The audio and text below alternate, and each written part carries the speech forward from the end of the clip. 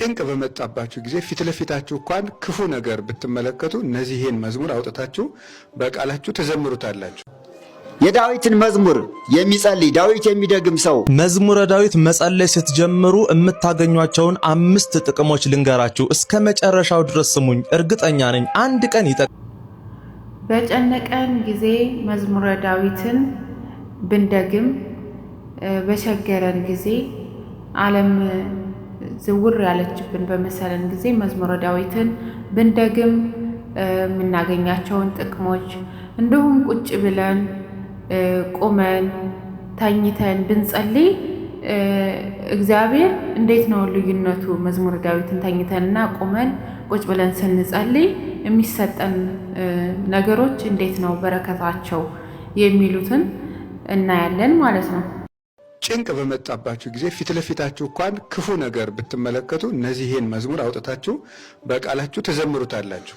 መዝሙር 22ን፣ መዝሙር 24ን፣ መዝሙር 26ን፣ መዝሙር 50ን፣ መዝሙር 69ን። ስለዚህ እነዚህን መዝሙራት በቃላችሁ አጥንታችሁ ሲቸግራችሁ ትጸልዩዋቸዋላችሁ። በምን መስፈርት ነው የተመረጡት? መጽሐፈ መነኮሳት በመከራ ጊዜ እንድንጸልያቸው ይሄንን ያዛል። የመከራ ጊዜ መዝሙራት ናቸው። ብዙ አባቶቻችንም በመከራ በደረሰባቸው ጊዜ እነዚህን ይዘምሯቸው እንደሆነ በቃላቸው ችግር ሲገጥማቸው ይህን አውጥተው ይዘምሩ እንደነበር በመጽሐፍ በየገድሎቻቸው ተጽፏል። እነ ቅዱስ እንጦንስን የመሰሉ ሌሎችም እንዲያ ብለን የዳዊት ልጅ ሆይ ማረኝ፣ አምላከ ዳዊት እርዳኝ ብንለው ኢየሱስ ክርስቶስ ፈጥኖ ካለንበት ችግር እኛ በማናውቀው መንገድ ሊያወጣን ይችላል። እኛ በማናውቀው መንገድ ለምሳሌ አንድ ጠላትና አንድ ሰው ፊት ለፊት ቆመው ምንም ሌላ ሰው በሌለበት መሃል እንኳን 2 ሰዎች ብቻ አጥቂና ተጠቂ አንድ ላይ ቢቆሙ እግዚአብሔር በእሳት መካከል መንገድ አለው አይደለም? እኔ ካንተ ጋር ነኝ፣ ነበልባለ እሳት ይህ እያወየከ የሚነደው እሳት አያቃጥልህም፣ አፍላጋት ይህ እያሰጥሙከ ባህርና ፈሳሾችም አያሰጥሙህም ይላል የሰራዊት ጌታ እግዚአብሔር ያል ነቢዩ ኢሳይያስ። እግዚአብሔር እኔ ካንተ ጋር ነኝ፣ ያዕቆብ ሆይ አትፍራ፣ በእሳት መካከል ብትሄድ አያቃጥልህም፣ በባህር መካከል ብትሄድ አያሰጥሙህም ብሎ ይናገራል። እግዚአብሔር በእሳት መካከል መንገድ፣ በማይበል መካከል ጎዳና መቼም የለም አይደል? እግዚአብሔር ግን ከተፈጥሮ በላይ በሆነ መንገድ ማሻገር የሚችል አምላክ ነው፣ ሁሉን ቻይ ነው። ስለዚህ በተፈጥሮ ሕግ ብቻ ሃይማኖት አይሰራም። ከተፈጥሮ ሕግ በላይ ነው የሚሰራው። በሰው ያልተቻሉ ነገሮች ዘይትከሃል በሀበ ሰብ ይትከሃል በሀበ እግዚአብሔር ብሏል ጌታ በወንጌል። በሰው ዘንድ የማይቻል በእግዚአብሔር ዘንድ ይቻላል። እግዚአብሔር ሁሉን ቻይ ስለሆነ፣ ስለዚህ የቅዱስ ዳዊትን መዝሙር ደጋግመን እንዘምር። አምላከ ዳዊት ሁላችንንም ይርዳን። በእውነቱ አባታችን ቃለ ሕይወት ያሰማልን፣ ጸጋውን ያብዛልን። አሁን ደግሞ መዝሙረ ዳዊትን ቁጭ ብለን እንዲሁም ተኝተን ተነስተን ስንጸልይ የምናገኛቸውን ጥቅሞች ነው የምንማማረው። ይህን ቪዲዮ ለምትወዱት ሰው ሸር እያደረጋችሁ እንድማሩበት ማለት ነው። የዳዊትን መዝሙር የሚጸልይ ዳዊት የሚደግም ሰው ሁሉ የራሱንም የወገኑንም ኃጢአት ያስምራል። እንዲያውም ምን ይላል እዚህ ዳዊት መዝሙር ትርጓሜው ላይ ምን የሚል ኃይለ ቃል አለ?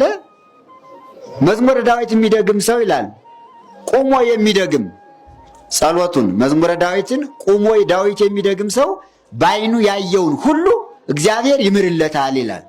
በዓይኑ ያየውን ሁሉ ነው ቁሞ የሚደግም። ተቀምጦ የሚደግም ደግሞ የሥጋ ዘመዶቹን ያስምራል፣ የሥጋ ዘመዶቹን ከእግዚአብሔር ጋር ያስታርቃል። ታሞ ደግሞ መቆም መቀመጥ ሳይችል ተኝቶ የሚደግም ራሱን ይጠብቃል፣ ያድናል ይላል። ጠባቂው ማን ነው? ጸሎቱ ነው። የዳዊት መዝሙር ጸሎቱ በጣም ተቀባይነት ያለው እግዚአብሔር የወደደው ነቢዩ ዳዊት ልበ አምላክ ይባላልና የአምላክ ልብ በአምላክ ልብ የታሰበው ነገር ሁሉ ለዳዊት ተገልጦለት ስለጸለየ ዳዊት ያለፈውንም የሚመጣውንም ሁሉንም አሟልቶ የጸለየው ጸሎትና የዘመረው መዝሙር ስለሆነ የዳዊት መዝሙር እጅግ ጠቃሚ ነው። በሽተኞችን ይፈውሳል፣ ያድናል። አንዳንድ ጊዜ እንደውም አንዳንድ ሰዎች ሽባ ሲሆኑ መንቀሳቀስ የማይችሉ ሲሆኑ እጃቸው እግራቸው ስንክልክል ሲል አፋቸው ከመናገር ጆሮአቸው ከመስማት ሲከለከል ምን ይደረጋል? መዝሙረ ዳዊት 40 ጊዜ ይዘለቃል። ካህናት ሊቃውንት ይሰበሰቡና ተሰብስበው በበርሚል ውሃ ይሞላል። በሁለት በሶስት በርሚል ውሃ ይሞላል። ከየአድባራት ያሉ ካህናት ሊቃውንት ይሰበሰቡና መዝሙረ ዳዊቱ ይታደላል፣ ለሁሉም ይሰጣል። እና ስንት ጊዜ ይዘለቃል? 40 ጊዜ 40 ጊዜ ይዘለቃል። ያ 40 ጊዜ የዳዊት መዝሙር የተጸለየበት ጸበል ሽባ የሆነውን እጁ እግሩ መንቀሳቀስ የማይችለው አፉ መናገር ጆሮ መስማት የማይችለው ሰው በዚያ ጸበል ሲጠመቅ ወዲያውኑ ይፈወሳል። ወዲያውኑ ይፈወሳል። ዛሬም ይሄ ስራ ይሰራል። በታላላቅ ገዳማት አድባራት ይደረጋል። ብዙ ሰዎች ይድናሉ። ያዳናቸው ጸሎቱ ነው። ጸሎቱ ከጸበሉ ላይ ያርፋል፣ ከውሃው ላይ ለኛ አይታየንም። ግን ከጸበሉ ላይ የሚያርፈው የዳዊት መዝሙር የሌሎችም ጸሎታት ውዳሴ ማርያም፣ መልካ ማርያም፣ መልካ ኢየሱስ የዚህ ሁሉ ጸሎት ከጸበሉ ላይ ሲያርፍ ይፈላል። ወንጌል ሲደገምበት ይፈላል። ደጋሚው ሰው ልበኛ ከሆነ አስተዋይ ከሆነ ምስጢሩን ጠብቆ የሚጸልይ ከሆነ ነው እንጂ እየጸለየ ከመካከል ላይ ሲደወል ሞባይል አንስቶ አቋርጦ ኤለው ለሚለው እንዳይመስላችሁ። የኛ ጸሎት ዛሬ ወይ ጸሎት አይሉት ወይ ጨዋታ አይሉት ቀልድ ነው። በመከራ ቀን እግዚአብሔር ይስማህ፣ የያዕቆብ አምላክ ስም ያቁምህ። ከመቅደሱ ረድኤትን ይላክልህ፣ ከጽዮንም ያጥናህ።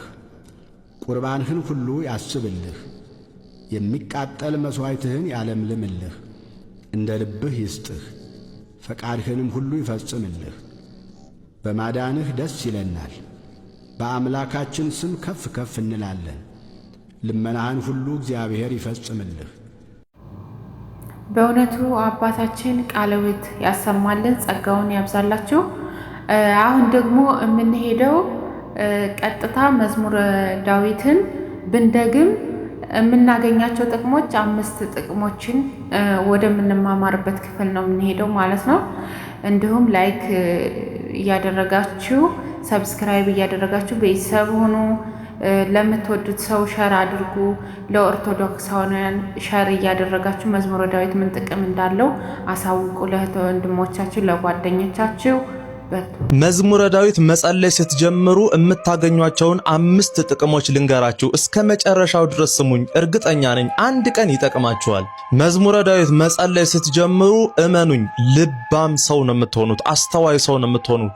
ልባችሁ ይበራል። መዝሙረ ዳዊት ስትጸልዩ ሁለተኛ የምታገኙት ጥቅም ጸሎታችሁ ይሰማል። ጸሎታችሁ ቅድመ እግዚአብሔር ይቀርባል። ስለዚህ መዝሙረ ዳዊት የምትጸልይ ሰው ጸሎቱ ቶሎ ይሰማለታል።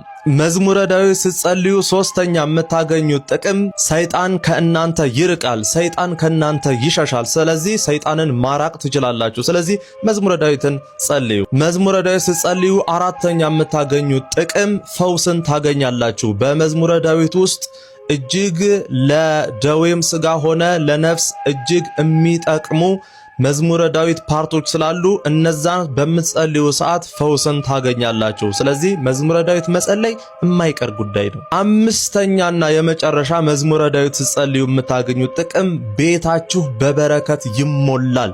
መዝሙረ ዳዊት የሚጸልይ ሰው ቤት ሁልጊዜም በረከት የተትረፈረፈ ነው። ስለዚህ ግድ ይላችሁም ከዛሬ ጀምሮ መዝሙረ ዳዊት መጸለይን ጀምሩ። በቀጣይ ምን አይነት ቪዲዮ እንድሰራላችሁ ትፈልጋላችሁ? ኮሜንት ላይ አስቀምጡልኝ።